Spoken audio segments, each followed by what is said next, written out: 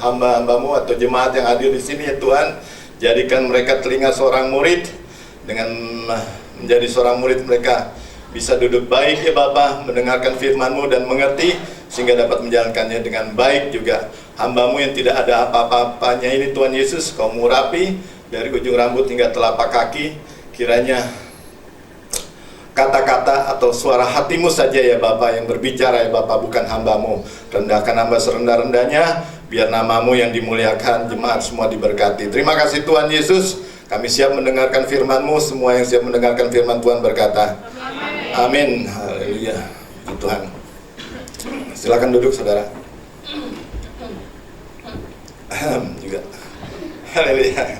Saudara kenal sama saya. Haleluya. Asli ya, puji Tuhan. Saya sedikit memperkenalkan diri sajalah. Dari mana ya saya memperkenalkannya? Dari 12 tahun yang lalu mungkin saudara sudah mengenal saya ya.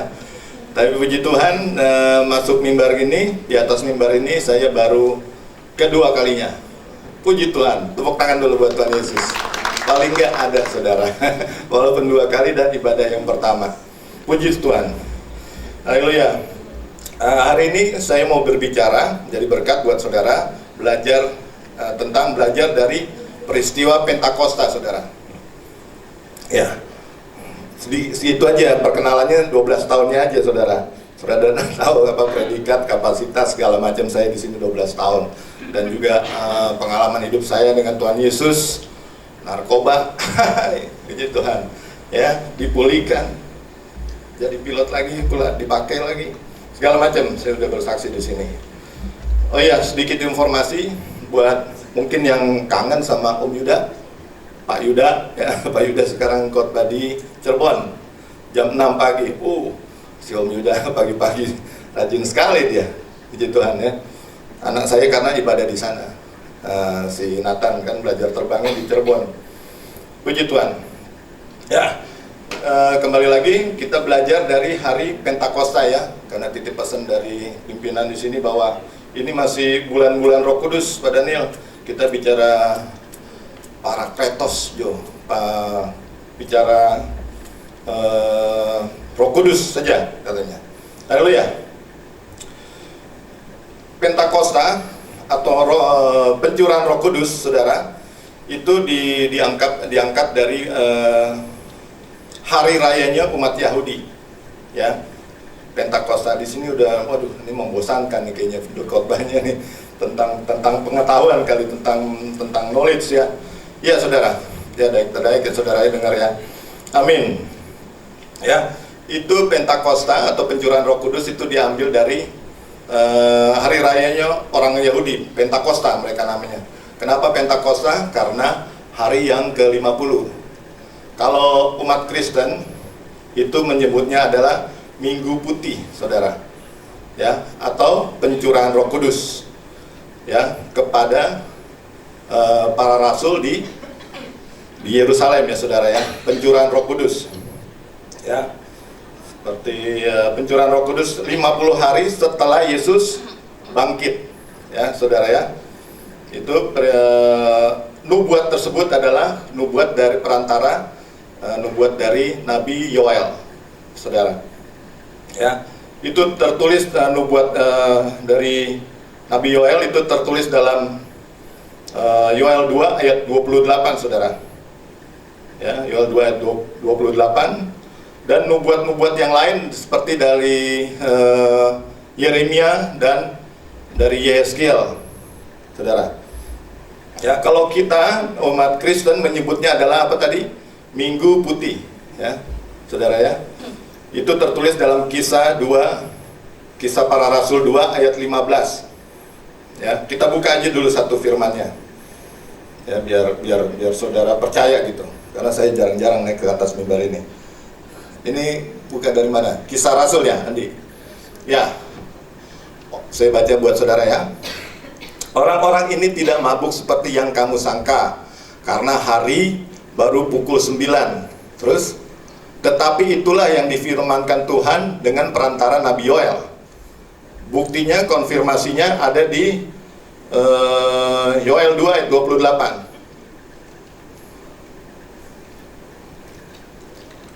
Atau enggak kita buka dalam ada. Nanti jangan-jangan di situ Alkitabnya lain, nggak ada Yoel. Gitu. Sebabnya saya juga nyari Yoel apakah ada ya? Saya dengarnya dalam Perjanjian Baru. Ayat 28, demikian firman Tuhan. Kemudian daripada itu akan terjadi bahwa aku akan mencurahkan rohku ke atas semua manusia. Maka anak-anakmu laki-laki dan perempuan, ya nggak ada yang setengah-setengah ya, yang tulang lunak nggak ada, akan bernubuat. Orang-orangmu yang tua akan mendapat mimpi, teruna-terunamu akan mendapat penglihatan-penglihatan. Ini karunia-karunia Roh Kudus, saudaraku. Puji Tuhan. Dikonfirmasi lagi nubuat-nubuat tersebut dalam Yeremia 31. Nggak usah dibuka, panjangan, kebanyakan ayat. Yeremia 31 ayat 33 dan Yesiel 36 ayat 26, saudaraku. Ya. Itu seperti Pak Yuda sekali lagi berkata, nabi lain aja berkata digenapi, apalagi Tuhan Yesus yang berkata, ya saudara ya. Itu Tuhan Yesus. Kalau Tuhan Yesus, kita buka firman-Nya karena ini Tuhan Yesus. Ya.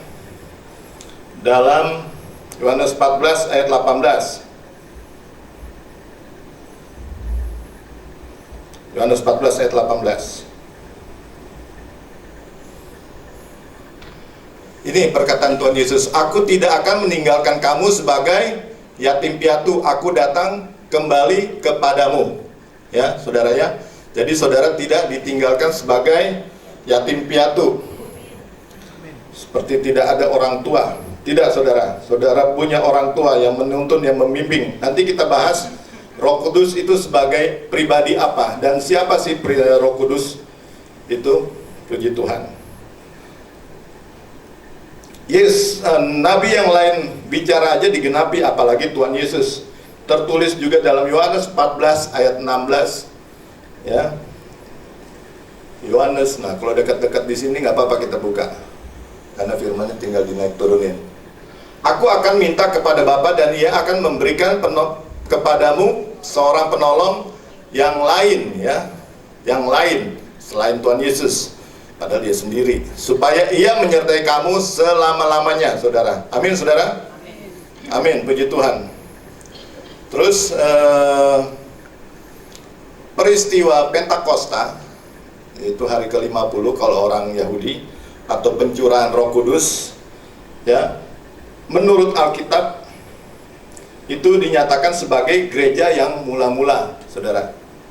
Itu juga tertulis dalam Kisah Para Rasul 2 itu semuanya satu pasal itu tentang gereja mula-mula, yang mana 3.000 orang, ya, menyerahkan diri untuk dibaptis, ya. Itu pertobatan yang pertama, saudara. Dan Kisah Rasul, di Kisah Rasul 41 ayat 41, kita buka ayat yang 41 aja, tolong Mas Andi. Ya. Di sini pada kalau di Mati GM, puji Tuhan luar biasa semua Alkitabnya. Haleluya. Sudah teruji. Haleluya. Makanya kalau kita ngundang pembicara-pembicara, kurang lebih jangan sembarangan, karena udah teruji. Orang kalau sudah teruji, kalau dikecilkan rada-rada tersinggung katanya. Ya, tapi kalau kita enggak, ya, puji Tuhan. Haleluya. Tepuk tangan dulu buat Tuhan Yesus, saudara. Kalau saya yang ibadah, rata-rata banyak tepuk tangan, saudara. Iya, puji Tuhan. Karena hidup saya sangat diberkati sama Tuhan. Disembuhkan, dipulihkan, ya. Jadi nggak dengar kesaksian orang saja, diri saya sendiri pun mengalaminya, ya. Seperti ada lagunya, kalau lain ditolong, saya juga dong. Nah, itu saya juga dong, saya ditolong juga, saudara. Puji Tuhan. Haleluya. Ya, ayat 41 berkata apa? Selain sebelumnya, ya, ini tentang gereja mula-mula, ya, saudara, ya. Dipulihkan pencurahan Roh Kudus. Orang-orang yang menerima perkataannya itu memberi diri, dibaptis, dan pada hari itu jumlah mereka bertambah kira-kira 3.000 jiwa. Luar biasa, ya, saudara, ya. Pada hari itu juga bertambah 3.000 jiwa. Buset deh, kalau itu pakai bahasa sehari-harinya. 3.000 pada hari itu juga. Antriannya sampai mana tuh saudara ya? Antriannya kalah itu, kembang buat Ahok. Luar biasa saudara. Ya, itu menurut Alkitab adalah gereja yang mula-mula 3.000 ya, sampai Petrus sendiri bertobat. Ada yang menulis ada yang 4.000, ada yang 5.000. Itu kejadiannya bukan sekali saudara, berarti ada berkali-kali ya saudara ya. Puji Tuhan ya. Dan sebelum hari raya ini adalah milik orang Yahudi yang menjadi hari raya kita ya. Sebelum hari raya ini ada peristiwa adalah turunnya Roh Kudus, saudara. Maksud saya di sini adalah ini adalah rentetan dari hari raya orang Yahudi, hari raya peristiwa orang Yahudi. Di sini ada hubungannya, semuanya peristiwa hari raya Yahudi adalah tentang Tuhan Yesus, tentang penggenapan Tuhan Yesus, saudara. Kita buka dulu Kolose 2 ayat 17, dan Andi minta tolong disiapkan slide yang udah saya siapkan biar nggak puji Tuhan ya. Semua ini hanyalah bayangan dari apa yang harus datang, sedang wujudnya ialah Kristus, saudara. Amin, saudara. Kita buktikan wujudnya adalah Kristus. Ya, ini udah saya persiapkan juga tadi malam. Jadi harus diperlihatkan karena udah capek-capek, puji Tuhan. Ya, Andi coba yang ini agenda Tuhan Yesus. Mungkin saudara pernah melihat tulisan ini atau tabel ini, tapi ini saya sempurnakan dengan ayat-ayatnya, saudara. Ini semua penggenapan dari Tuhan Yesus. Penggenapannya adalah Tuhan Yesus sesuai dengan di kitab Kolose itu yang dikatakan oleh Rasul Paulus. Kalau ada laser point enak juga. Puji Tuhan, pasca kematian Tuhan Yesus, ya saudara, ya, ada firman-Nya. Roti tak beragi eklesia pada saat murid-murid Tuhan Yesus ya dikejar-kejar pada saat Tuhan Yesus mau disalibkan. Murid-murid Tuhan Yesus kan tuh kocar-kacir. Itu pertama kali kalau kita mau mengartikan yang sebenar-benarnya, itu gereja pertama kali, saudara. Karena apa? Dia dipisahkan dari orang Yahudi, murid-murid Tuhan Yesus. Itulah kelahiran gereja pertama kali. Tapi wujud nyatanya di luar orang Yahudi adalah 3.000 itu orang bertobat. Tapi ini gereja pertama kali. Karena roti tak beragi, eklesia itu gereja yang pertama kali. Itu tertulis dari 1 Korintus. Seterusnya buah sulung, kebangkitan Tuhan Yesus, Pentakosta ya saudara, pencurahan Roh Kudus, yaitu sekarang. Semua kaitannya ada Tuhan Yesus. Berarti konfirmasi dari firman Tuhan dalam Kolose itu benar ya, yang dikatakan oleh Paulus. Sangkakala atau Great Tribulation, di sini ada saya masukkan pemikiran saya sendiri, saudara. Kedatangan Tuhan Yesus. Ya, nanti saya balik lagi ke situ sangkakala. Terus pendamaian atau kebangkitan orang percaya, pengorbanan Tuhan Yesus, ini masih diskusi yang lumayan alot ya saudara. Dan pondok daun, yaitu pengangkatan. Semua ada hubungannya dengan Tuhan Yesus, saudara. Sedikit saya mau ulas tentang sangkakala ya saudara ya. Kalau dalam orang Yahudi, mereka percaya bahwa kedatangan Tuhan Yesus itu pondok daun. Ya, seperti Tuhan Yesus lahir. Tuhan Yesus lahir itu sama dengan hari raya pondok daun. Ya, kelahiran Tuhan Yesus. Dan sangkakala, ini yang saya mau bahas sedikit tentang sangkakala, saudara. Bahwa semua sudah digenapi dengan Tuhan Yesus, saudara ya. Benar nggak? Nggak ada yang manggut-manggut. Kalau Om Yuda yang ngomong langsung manggut. Kalau saya yang ngomong belum. Belum. Puji Tuhan. Ya, semua sudah digenapi oleh Tuhan Yesus, saudara. Cuma satu yang belum digenapi oleh Tuhan Yesus, saudara. Jeng-jeng apa, saudara? Ada yang tahu?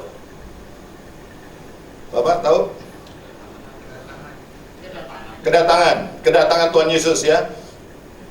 Maksudnya penggenapan dari sangkakala, yaitu kedatangan Tuhan Yesus. Makanya kalau saudara mendengarkan ada bunyi sangkakala, ya, itu heboh di mana-mana. Karena apa? Karena untuk orang Kristen kedatangan Tuhan Yesus pada saat sangkakala. Ya, kalau mereka mengatakan Mesias datang itu pada saat Pondok Daun, ya, kelahiran Tuhan Yesus sama juga. Ya, kalau kita sangkakala, kenapa sangkakala? Itu di 1 Tesalonika 4 ayat 16. Ya, Andi kalau mau buka boleh. 1 Tesalonika, anaknya Pak Arthur Kaunan. Dan si Genesis anaknya Alkitabiah semua, puji Tuhan.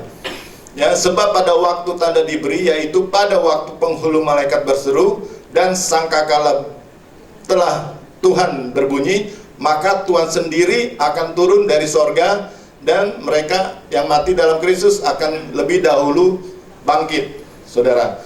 Jadi kalau di kekristenan kedatangan Tuhan Yesus itu pada saat bunyi sangkakala. Ya, kalau di gereja saya yang dulu 12 tahun yang lalu, puji Tuhan, kala sangkakala Tuhan datanglah. Ada ya, saudara ya? Itu. Tapi kita sebagai orang percaya, sebagai mempelai Kristus, pasti kita